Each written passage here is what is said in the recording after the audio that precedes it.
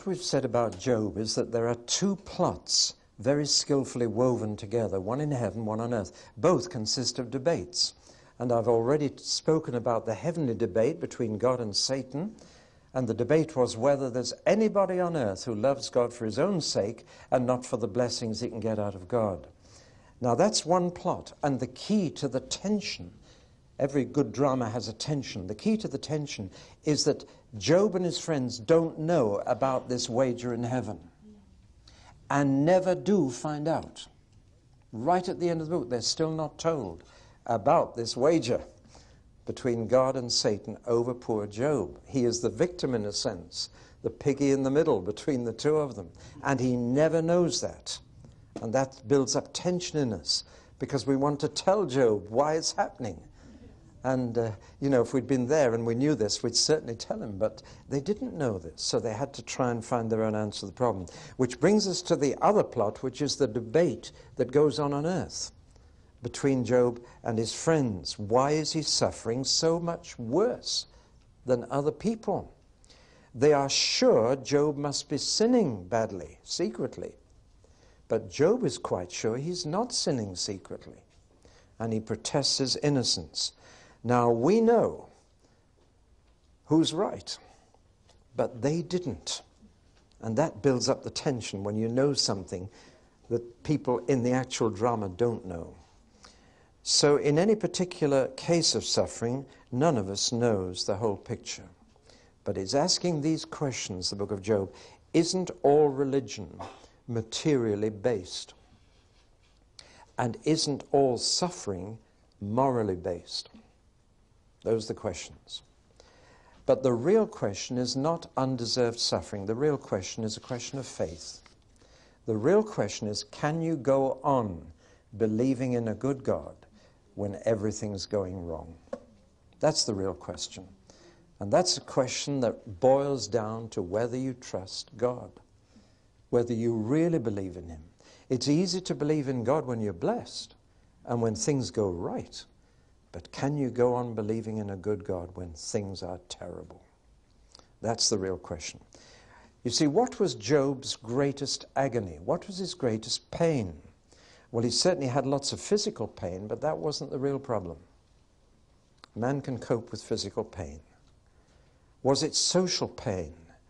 Well, he was isolated. People just wouldn't talk to him. His friends walked by him. He sat on the ash heap at the end of the village street, and people just walked the other side of the street rather than talk to him, because people don't know how to talk to someone who's really suffering and really in pain, and they don't know what to say, so they avoid contact. So he suffered social isolation. Was that his real pain? He was even despised, and typically the teenagers laughed at him and made a joke of him sitting on the ash heap. Was that the real problem? No. Was it mental pain, that he couldn't understand why it was happening? Was that the real pain? No. His real pain was spiritual, because through it he lost touch with God. That was his real pain. And he cried out, "Oh, that I knew where I might find him. If only I could talk to him. If only he'd talk to me, I'd argue with him. But I can't get through to him." Now that was the real pain, and that was his deepest problem. And it is often the deepest problem when you're going through a really bad time. You lose touch. You feel God's too far away, that he's no longer caring, that he's not talking to you, that he's not dealing with you. And it is that pain which is the biggest challenge to faith, the pain of losing contact with God.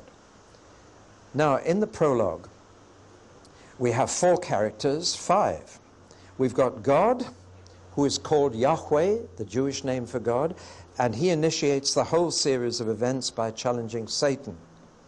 Then we have Satan, and he's called here the Satan. And Satan actually means the accuser, so he is the accuser. Satan is not yet a proper name. It is a title. The counsel for the prosecution, we would say, the Satan. And then we have Job, a good man, blameless and upright, who fears God and shuns evil. Now notice those two phrases. The fear of God makes you shun evil. The lack of the fear of God, you're not so worried about sin. If you fear God, you shun evil. And he did both. And God is proud of him and pleased with him. And yet he's also a man of property and children and health. But all those are going to be taken from him.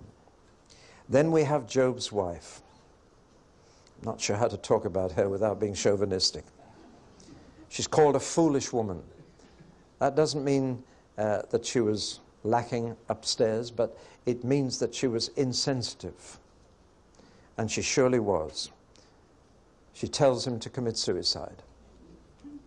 She said, curse God and die. The man needs support and help, and here's his helpmeet being the very opposite. She was the first one to bring him pain. She was the first Job's comforter. And all she said was, you might as well curse him and die. He's not going to look after you. And you find a real gap here between, she doesn't say, I'll pray for you. I'll stand by him. She says, curse God and die. She's not going to identify with him. She isolates herself from Job. I feel from there. See? There's the first break in the relationships. God's your problem, she's saying. She's virtually saying, I don't believe in your God. That's pretty tough on a guy when his wife doesn't believe in his God. Then there are the three friends. Now, three of them are older men. It isn't until we get to Elihu that the young man comes in. They are three older men, but they vary in age. And in this dialogue, we have very interesting points put. The first thing the three friends do, and I wish it had been the only thing they did, was to come and sit with him and not open their mouths. Now that's probably the best thing you can do to someone who's suffering. Not to discuss their suffering, just to sit alongside them. Everybody else was steering clear of him, but at least they came and sat with him. Unfortunately, Job opened his mouth. If he'd stayed silent, we might never have had the rest. But I think he just couldn't stand the silence, and he had to say something to them. And what he did was to curse the day he was born. He said, oh, if only I'd been stillborn. If only my mother had never conceived me. If only I'd been stillborn. If I'd even died in infancy, I'd never have known all this. I wish I was dead. But of course, he wouldn't commit suicide because that's murder. And he wasn't free to take his own life. But that's how he felt. He didn't curse God, but he cursed the day he was born. To curse your birthday. Cursed his conception. Cursed the fact that he wasn't stillborn, and then cursed the fact that he didn't die as a baby. And it was that started the three friends into the debate. Now, Eliphaz, the first, was the oldest and the gentlest, the most sensitive. And that comes across. Now, each of these three spoke 3 times, so there's a kind of round debate. But I'm going to put all the 3 things that Eliphaz said together, and Bildad and Zophar, to get the feel of the people, all right? But it's not the way it's done in the dialogue. So in the 3 contributions he made, we have a picture of an elder statesman, a very pious, mystic man, and he solves the problem by denying it. He just says there isn't a problem. Orthodox doctrine is reward and punishment. And he says, I'm convinced by the evidence of history, by the cumulative wisdom of the ages, and above all, I had a special vision in the night. And they all said the same thing, that you are being punished because you sinned. So he even claims a vision here. Naughty. But he says it very gently, and he says, look, Job, human nature is inherently evil. Nobody can say they're innocent before God. Everybody's sinned. We're all sinners. So why don't you just admit it? See? Very gentle. He's saying we've all sinned. I have. You have. That's why you're suffering.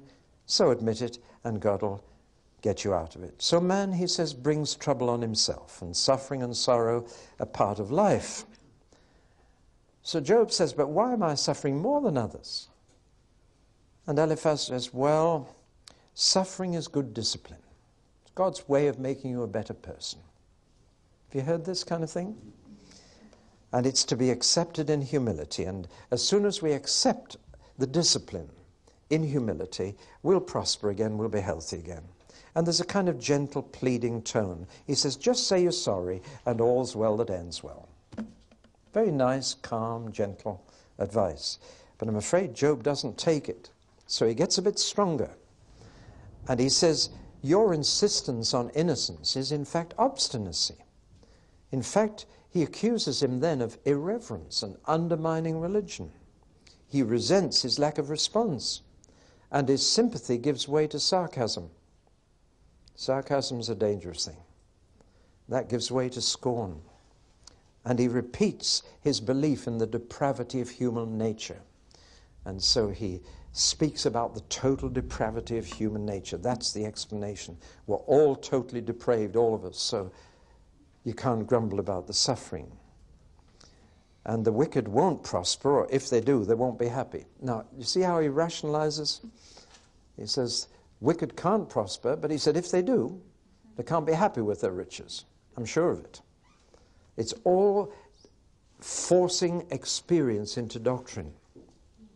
And we're not unfamiliar with that today either. And finally, when Job still doesn't respond, he takes as a last resort refuge in God's transcendence. Says, God's too big to be concerned with you, Job. God's too far away to be involved in all this. Why are you trying to bring him into it? It really doesn't matter to God whether you live a good life or a bad life. Do you think you're that important? This transcendent God of ours, he can't be bothered with every individual life. Well, now that's the first comforter. And you can see how he gradually got stronger towards Job, but nevertheless remained fairly gentle. Then we have Bildad. The name means God's darling. Whoever called him that? Now, he is clearly a bit younger. He's in his 50s, I would put him. He's certainly younger. The eldest man spoke first. Of course, that's right in wisdom. You listen to the oldest first. That's a long tradition in wisdom. The oldest knows life better than the others. But then the next oldest, Bildad in his 50s, he's a theologian. He's a bit of an archaeologist as well. And he says, what's new can't be true. And he is the traditionalist par excellence. This is our tradition. This is what we've always believed. He's full of cliches, he's full of jargon, full of formula. Not so quiet, not so gentle. He's indignant, even angry. He's stung by Job's reply. And there's no trace of compassion in what he says to poor old Job. He's quite insensitive. He said, well, if you haven't sinned a lot, your children must have been sinners. For you to lose all your children, they must have been a pretty bad lot. How to comfort a man in suffering. It's really the humor of it. You don't know whether to laugh or weep. And he says, this is a moral universe. It's automatic. The law of cause and effect applies to our moral life as much as our material life. If you sin, you suffer. And you must be a pretty bad sinner. Can't see any other answer. And his relationship with Job became increasingly strained. Finally says about Job, must we listen to all this? That man has just run out of patience even. And he takes refuge in God's omnipotence. And he says, listen, you've forgotten God is all-powerful, so might is right, and whatever God does is right because he's all-powerful. Now, this is an old argument that might is right. He finishes up by saying, look, God's bigger than we are, and you can't argue with him, so why don't you just accept it? So he takes refuge, as Eliphaz took refuge in God's transcendence, he takes refuge in God's omnipotence as the answer. And that, again, is not unknown today. And I will be speaking in this very room next week to some pastors who are teaching that and who believe it. That ultimately the answer is God is bigger than we are, so you can't argue with him. Well, that makes us puppets on a string. And predestination takes over. You see? Now the next man who comes in is younger, but still middle-aged. And he is the most dogmatic. It's interesting, the younger they get, the more dogmatic they get. Isn't that interesting? Until when Elihu comes on, he's a teenager and he knows all the answers. It is so true to life. The man who wrote this book really understood human nature. That's why it has lasted so long, because it still speaks clearly. Well, Zophar was middle-aged, but dogmatic, even insolent. He's what I call Joe Blunt. And he accuses Job of filibustering. That's a word they use in Parliament for talking long enough to put off a choice and a decision. And he says, Job, you're just talking to cover up. Stop talking and do the right thing. As if the whole discussion is just babble. And he says, I wish God would tell you off. And he says, you may not be consciously a sinner, but you must be sinning unconsciously without realizing it. It's quite obvious. And he's quite insulting to Job. And he says, Job, you've got to choose between the broad way and the narrow way. You're either going to walk the wicked way or the righteous way. Got to be one or the other. He admits he's been puzzled by the prosperity of the wicked, but he says, I'm sure it doesn't last. But again, he's trying to force life into his ideas. So Job must be very wicked since his prosperity is gone. And he takes refuge in what we call God's omniscience.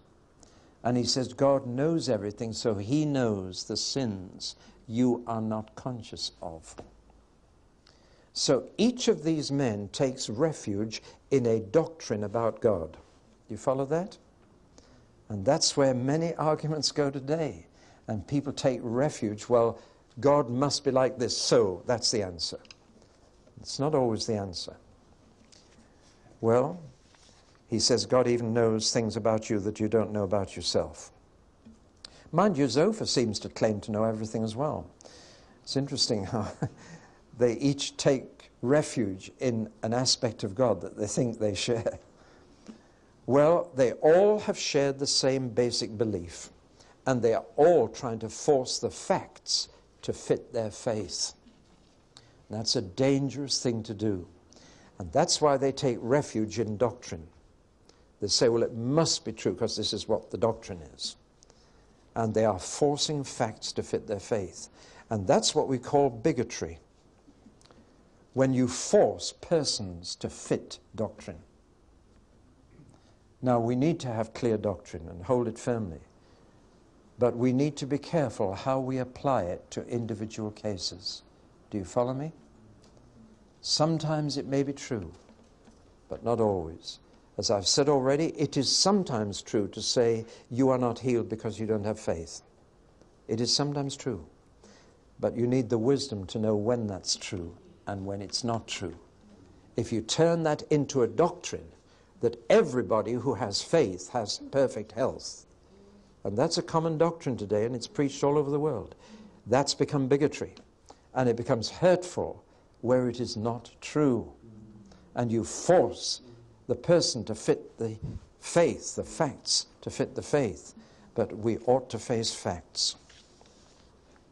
Now there are hints of the ultimate answer that God will bring already.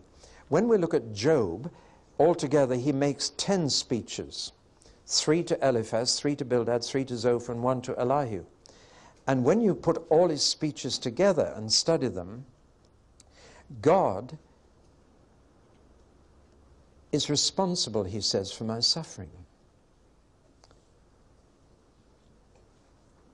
He says, I can't repent because I'm not conscious of any sin. And he racks his brain, and he utterly refuses to say what is not true. He said, you're trying to force me to say I'm a sinner, and I'm not. I have honestly sought to live right in God's sight. I'm not conscious of anything at the moment in which I'm doing wrong in God's sight. And that was true. Now, there is a progression in his 10 speeches. He also gets bolder in what he says to his friends, but above all, he gets bolder in what he says to God. Becomes very bold to God. But there's an alternation of his moods between despair and hopelessness and then confidence and hope. And his mood swings are characteristic of people who are ill. You know those mood swings? When you hope things are going to turn out better, and then you fear they're going to turn out worse. These mood swings are very clear. But he has a lovely way of talking to God. Why can't you leave me alone? You've got so many other people to bother about. Why are you so bothering me? And he, in fact, talks just like Tevier in Fiddler on the Roof. If you've seen that lovely film, the way Tevier talks to the Almighty. This would be a good time to send the Messiah. Oh, well, we'll wait for him some other place. And off he goes. This kind of intimate talk, this frank, honest talk with God is typical of Job. And Job argues with God, not just with the three friends. He shakes his fist at God. He says, God, I wish I could take you to a law court and put you in the defense box. Make you the defendant, and I'll be the counsel of the prosecution. Let's have a court case, Lord. Let's see who wins that court case. And it's very bold. It's not cursing God, but he's challenging God. He gives him the choice of being the plaintiff or the defendant in a court case. Let's have this out, Lord. Let's settle it, Lord. Oh, if only I could get you to talk to me. I mean, we could argue the case. You could tell me if I'm a sinner, but I don't think I am. I'm not conscious of it. But why don't you come and tell me if I am? And there's this frustration that God is silent while the friends are saying so much. And then now and again, in his good moods, he comes to the point where he believes that it will be settled even after his death. And that's, he says, I know that my Redeemer lives. And even if I die and worms eat my flesh, yet, and here's the proper translation, yet without my flesh I shall see God. And then I can put my case. So every now and again he believes that if he can't get God into the courtroom before he dies, that there'll be a court case afterwards. And that then it can be settled and he can be vindicated. But he's not quite sure about that. And so in his bad moods he says, if a man die, shall he live again? You see the mood swings? At times he's sure that after death he can meet God and settle it. And then he's not so sure. If a man die, shall he live again? It is these alternating moods of hope and despair that are so human and so real when you're really going through it. Your emotions are up and down like this. You don't quite know where you are. Oh, it's a lovely book is this. There are two outstanding chapters in Job's speeches. In one, he makes a speech about wisdom. Chapter 28. We're going to sing a song shortly that Charles Wesley wrote from that whole chapter. Happy the man who finds the grace, the wisdom of God's chosen race. Happy. And it's a song about, oh, wisdom. Where can you get wisdom? He says, I'd go anywhere. Like people search for gold and silver, I search for wisdom. I want wisdom more than anything else. I'd rather be wise than clever. I want to be wise, not rich. It's a wonderful chapter, chapter 28. It's a song about wisdom, describing wisdom as a woman to be desired, which is exactly how Solomon describes wisdom in the book of Proverbs. The book of Proverbs is about a bad woman called foolishness and a good woman called wisdom. And the advice to a young man, seek wisdom as your companion, your partner. And the other chapter is chapter 31. Boy, that's a chapter which every man should read. It's a protest about his innocence. He said, if I've ever broken any laws of yours, Lord. And when you read it through, you'd almost think that Job had heard the Sermon on the Mount. It tells you how much understanding he has. If I've looked at a woman and lusted after her, Lord, then punish me for it. If I've done this, if I've done that. He almost goes through the Sermon on the Mount bit by bit. And he says, if I've done any of these, then, Lord, I deserve my punishment. But he said, I haven't. I haven't. And that was true. He was a good man. And he could have read the Sermon on the Mount and said, I have kept all that. Well, after Job has made all his speeches, sorry, I said the one of Elihu. He didn't speak to Elihu. He said 3 speeches to each of these 3, and of course the opening speech that sparked the debate off. That was the 10 speeches of Job. After they've all finished, Eliphaz builds over, says, "It's no use," and they walk off. And there's a teenager standing there. And of course he knows everything. He's young. And he's got all the latest ideas. And he's apparently been standing there listening to the whole thing. And he suddenly appears and speaks. And Job never bothers even to answer him, and he disappears. Thank God. He's got a very different style. He's very young. He claims to be hesitant. Actually, he's the opposite. He starts by saying, "Of course, I'm very young and very inexperienced, but I know what's the matter with you." It is so typical again. Impatient with the older man's words. He said, "God needs someone who understands him," and I do. So I've got the answer to you. And he goes through the other arguments and refutes them. Actually, he's got nothing new to say. Nothing new. And he finishes up by accusing Job of his sin. He said God uses different ways of saving people from themselves. Sometimes he uses visions and dreams in the night. But sometimes he uses sickness. And he said, I think that's what he's doing with you. He's helping you to mend your ways in the brink of time before you die. What a wonderful way to comfort somebody. Well, Job has nothing to say to him.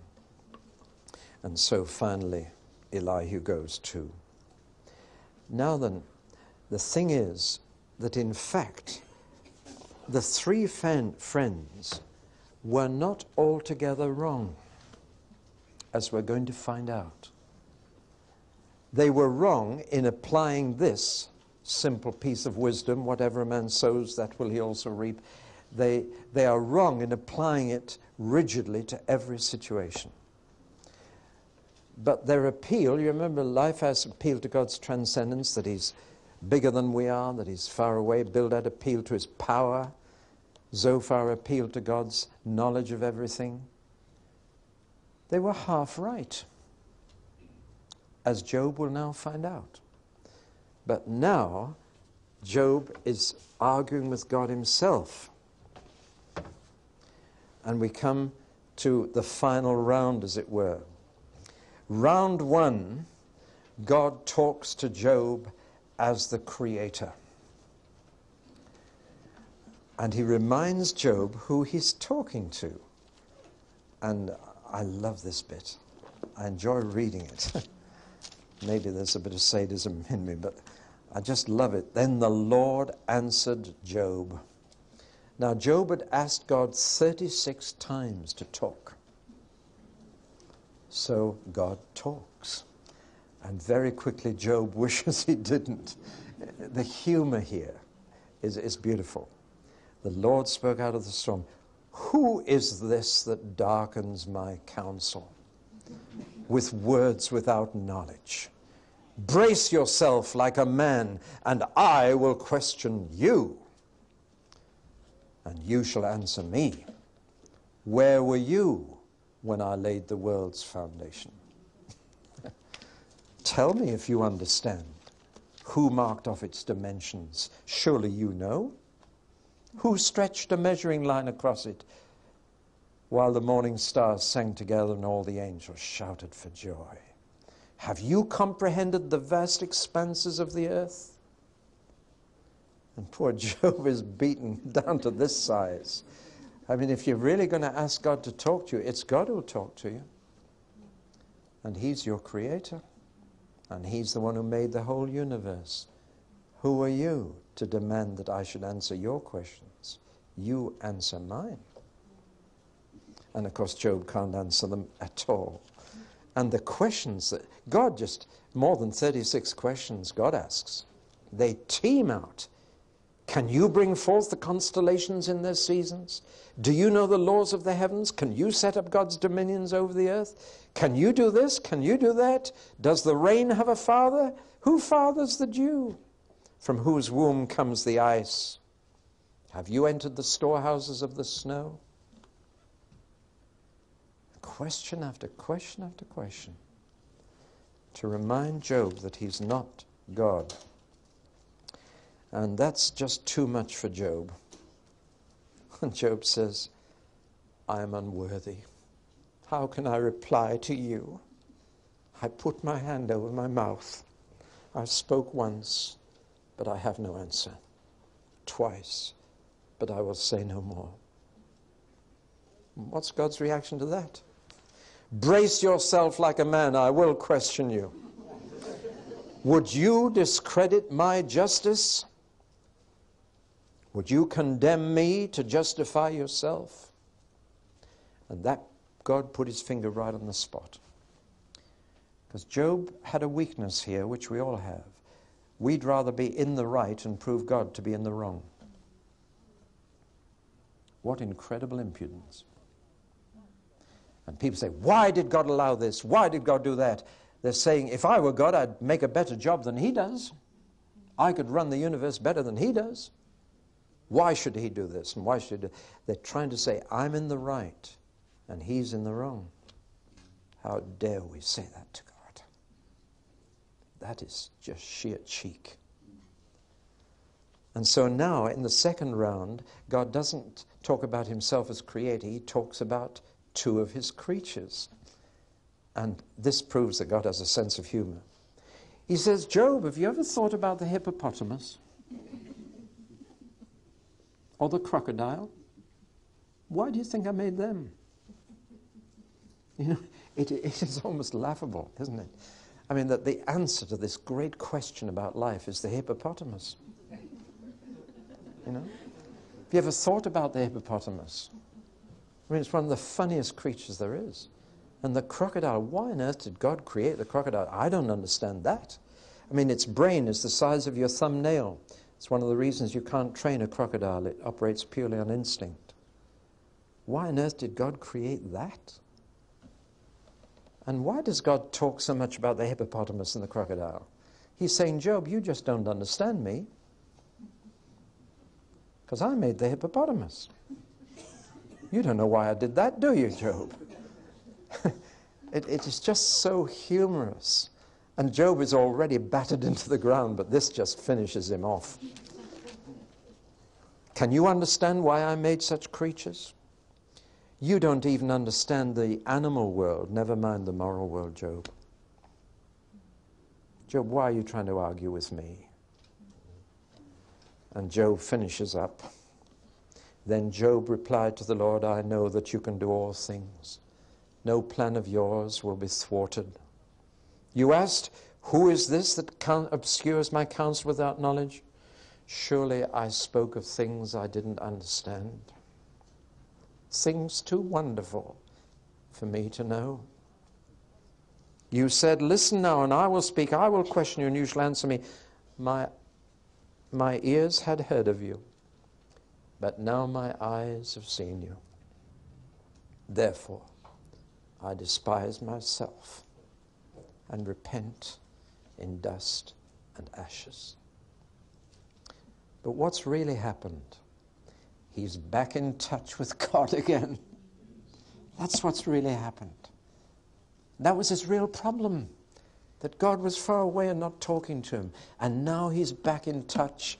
And now he wishes he hadn't argued at all. And he said, I'm back with you, Lord. That's the main thing. And I repent. I'm sorry I even questioned you. You know what you're doing. Everything you do is right. I should have trusted you. And that's when God said, right, Job, I give you back children. I give you back property. I give you back flocks of camels and sheep. And Job became far wealthier than he ever was, far happier than he ever was, and lived happily ever after. But God deeply criticizes his two friends, his three friends. And God actually said to Eliphaz, I am angry with you and your two friends, because you have not spoken of me what is right, as my servant Job has. And that tells you mustn't quote these three speeches, even though they're in God's word. Well, that's the final round between God and Job. And I notice that God hasn't given him any answers to his questions. And he hasn't told Job about his wager with Satan, because that would have spoiled it all. It wasn't good for Job to know what had gone on in heaven, because that could have disturbed his motivation. The main thing is Job wanted to get back to God, and he was back in communion with God. And that was all he really needed. God had had a very good reason for allowing it to happen. But the whole test would have been invalid if Job had known. The test was to whether Job would trust God without knowing. Who do you think you are, Job? I'm the creator, you're a creature. Do you think I don't know what I'm doing? Do you think I don't know how to run the universe? Is that what you really think? You see, human pride expresses itself in a demand to know the reason for everything. And when you ask God, explain to me why you're allowing this, you're really saying, satisfy my reason that you have a good reason. We're really calling God to our judgment. Do you see what I mean? We're not trusting him. We're saying, God, if you can give me a good reason for this happening, I'll accept it. But you are answerable to me, and I have a right to know why you've allowed this. But that's to put yourself above the Creator. Do you see what I'm getting at? And what God was waiting for was a Job who said, God, I trust you. The relationship is not affected by what's happened. I trust you. I believe you know what you're doing, and I don't need to know the reason. Well, of course, the whole book of Job to Christians takes on a different atmosphere because we see it through the cross of Jesus. And there's a sense in which the cross of Jesus puts a different value on human suffering. Because Job, in that sense, is what we call a type of Christ, of innocent suffering. He was a righteous man, yet he suffered as if he was a guilty man. And through the cross we begin to see that God can use that kind of situation for good. God allowed Satan to accomplish his son's death on the cross. And his son even said on the cross, my God, why? Why have you left me all alone? But we know why. And Jesus had known why. And after his resurrection, he told the disciples why. But even when Jesus asked the question, God didn't answer him. Didn't say why.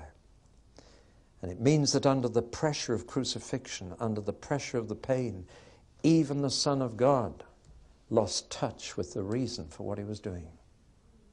The pressure of it made him lose his understanding of why it was all happening. In the Garden of Gethsemane, he'd known it had to happen. He'd known why. The Son of Man came to seek and to save the lost and to give his life a ransom for many, a means of setting them free. But on the cross he lost that.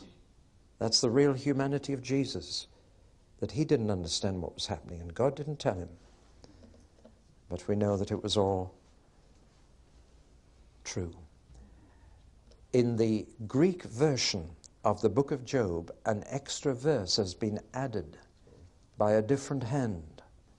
Much later, clearly, when the Hebrew was translated into Greek, somebody wrote this verse at the end. In the Greek version we call the Septuagint, because 70 scholars translated it, sometimes called the LXX after those 70 scholars in Alexandria who translated the Hebrew Old Testament into the Greek. They added this verse, which in the Greek version of the Old Testament is there. And it is written that Job will rise again with those whom the Lord raises up. That will be the final vindication of Job. And of course we believe that Jesus is coming again to judge the quick and the dead, and that one day there will be a courtroom scene in which Jesus is the judge and all the wicked and righteous who've ever lived will stand before his throne to receive according to what they've done in the body. So what Job hoped for is actually going to come true. And one day there will be a vindication of justice, and it will be seen to be done, publicly seen to be done, and God's righteousness will be applied to the entire human race. And Job will be there. He will be raised up with all others. Well, I hope that's helped you to understand the book of Job. Go and read it now. Read it aloud.